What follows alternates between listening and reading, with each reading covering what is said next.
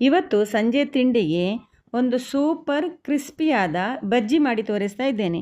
ಈ ಮಳೆಗಾಲದಲ್ಲಿ ಬಿಸಿ ಬಿಸಿ ಟೀ ಜೊತೆಗೆ ಈ ಬಜ್ಜಿ ತಿಂತಾ ಇದ್ದರೆ ತಿನ್ನುತ್ತಲೇ ಇರಬೇಕು ಅನಿಸ್ತದೆ, ಅಷ್ಟು ರುಚಿಯಾಗಿರ್ತದೆ. ನೋಡಿ, ಇದನ್ನು ಕಟ್ ಮಾಡಿ ಇಟ್ಟಿದ್ದೇನೆ. ಇದು ಏನಂತ ಮತ್ತೆ ಹೇಳ್ತೇನೆ. ನಿಮಗೆ ಈಗ ಇದು ಏನಂತ ಗೊತ್ತಾಗಿದ್ದರೆ ಕಮೆಂಟ್ನಲ್ಲಿ ತಿಳಿಸಿ. ಇಲ್ಲಿ ನಾನು 1 ಕಪ್ಪು ಕಡಲೆ ಹಿಟ್ಟು ತಗೊಂಡಿದ್ದೇನೆ.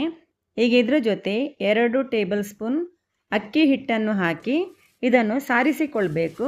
ಕಡಲೆ ಹಿಟ್ಟು ಗಂಟು ಗಂಟಾಗಿರ್ತದೆ. ಈ ರೀತಿ ಇದನ್ನು ಸಾರಿಸಿ ಹಾಕಿದರೆ ಕಲಸುವಾಗ ಗಂಟು ಗಂಟು ಆಗೋದಿಲ್ಲ. ನೋಡಿ, ಈಗ ಇದನ್ನು ಸಾರಿಸಿ ಆಗಿದೆ. ಈಗ ಇದಕ್ಕೆ ರುಚಿಗೆ ತಕ್ಕಷ್ಟು ಉಪ್ಪನ್ನು ಹಾಕಿಕೊಳ್ಬೇಕು.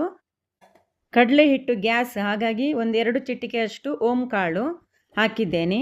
1/4 ಚಮಚದಷ್ಟು ಜೀರಿಗೆ, 1-2 ಚಿಟಿಕೆಯಷ್ಟು ಇಂಗು ಪುಡಿ, 2 ಚಿಟಿಕೆಯಷ್ಟು ಅರಶಿನ ಪುಡಿ. ಈ ಕಟ್ ಮಾಡಿಟ್ಟದನ್ನು ಹಾಕಿಕೊಳ್ಬೇಕು. ಇದು ಏನಂತ ನೋಡ್ಕೊಂಡು ಬರೋಣ ಬನ್ನಿ. ಇದು ನೋಡಿ, ಬಜ್ಜಿ ಮೆಣಸು ಅಂತ ಹೇಳ್ತಾರೆ ಇದಕ್ಕೆ. ಇದೀಗ ಮಾರ್ಕೆಟ್ಗಳಲ್ಲಿ ಸಿಗ್ತದೆ ಎಲ್ಲ ಕಡೆ ಕೂಡ. ಇದನ್ನು ನೀರಿನಲ್ಲಿ ಚೆನ್ನಾಗಿ ತೊಳೆದು ಆನಂತರ ಈ ರೀತಿ ಸಪೂರವಾಗಿ ರೌಂಡಾಗಿ ಕಟ್ ಮಾಡಿಕೊಳ್ಬೇಕು.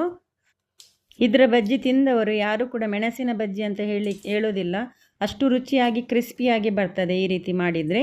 ಈಗ ಕಟ್ ಮಾಡಿದ್ದನ್ನು ಈ ಹಿಟ್ಟು ಜೊತೆಗೆ ಮಿಕ್ಸ್ ಮಾಡಿ ಒಂದ್ಸಲ ನೀರು ಹಾಕದೆ ಇದನ್ನು ಚೆನ್ನಾಗಿ ಮಿಕ್ಸ್ ಮಾಡಿಕೊಳ್ಬೇಕು. ಆನಂತರ ಇದಕ್ಕೆ ಸ್ವಲ್ಪ ಸ್ವಲ್ಪವೇ ನೀರು ಹಾಕಿದನ್ನು ಮಿಕ್ಸ್ ಮಾಡ್ತಾ ಬರಬೇಕು. ಒಮ್ಮೆಲೆ ನೀರು ಹಾಕಬಾರ್ದು, ಇದು ತುಂಬ ನೀರಾಗಿಯೂ ಆಗಬಾರ್ದು.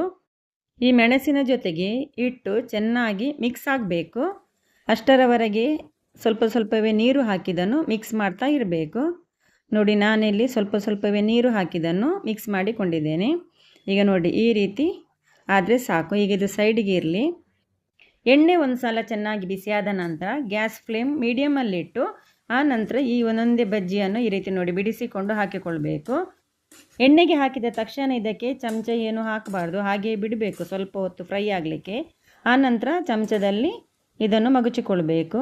ತಕ್ಷಣ ನಾವು ಎಣ್ಣೆಗೆ ಹಾಕಿ ಚಮಚ ಹಾಕಿದರೆ ಹಿಟ್ಟೆಲ್ಲ ಸಪ್ರೇಟ್ ಆಗ್ತದೆ. ಹಾಗಾಗಿ ಸ್ವಲ್ಪ ಹೊತ್ತು ಬಿಟ್ಟು ಇದನ್ನು ಮಗುಚಿ ಮೀಡಿಯಮ್ ಫ್ಲೇಮಲ್ಲಿ ಇದನ್ನು ಫ್ರೈ ಮಾಡಿಕೊಳ್ಬೇಕು. ನೋಡಿ, ಫ್ರೈ ಆಗ್ತಾ ಕಲರ್ ಈ ರೀತಿ ಬರಬೇಕು. ಈ ರೀತಿ ಬಂದರೆ ತುಂಬ ಕ್ರಿಸ್ಪಿಯಾಗಿ ಬಜ್ಜಿ ಬರ್ತದೆ. ತುಂಬ ಹಸಿ ಹಸಿ ಇರುವಾಗ ತೆಗಿಬಾರ್ದು. ಸ್ವಲ್ಪ ಈ ರೀತಿ ಕೆಂಪಗೆ ಫ್ರೈ ಆದ ನಂತರ ತೆಗೆಯಿರಿ. ತುಂಬಾ ರುಚಿ ಆಗ್ತದೆ. ನೀವು ಕೂಡ ಇದೇ ರೀತಿ ಒಂದು ಸಲ ಮಾಡಿ ನೋಡಿ. ಇವತ್ತಿನ ಈ ರೆಸಿಪಿ ನಿಮಗೆ ಇಷ್ಟವಾದರೆ ಲೈಕ್ ಮಾಡಿ, ಶೇರ್ ಮಾಡಿ. ಈ ವಿಡಿಯೋ ನೋಡಿದ್ದಕ್ಕೆ ತಮಗೆಲ್ಲರಿಗೂ ಧನ್ಯವಾದ.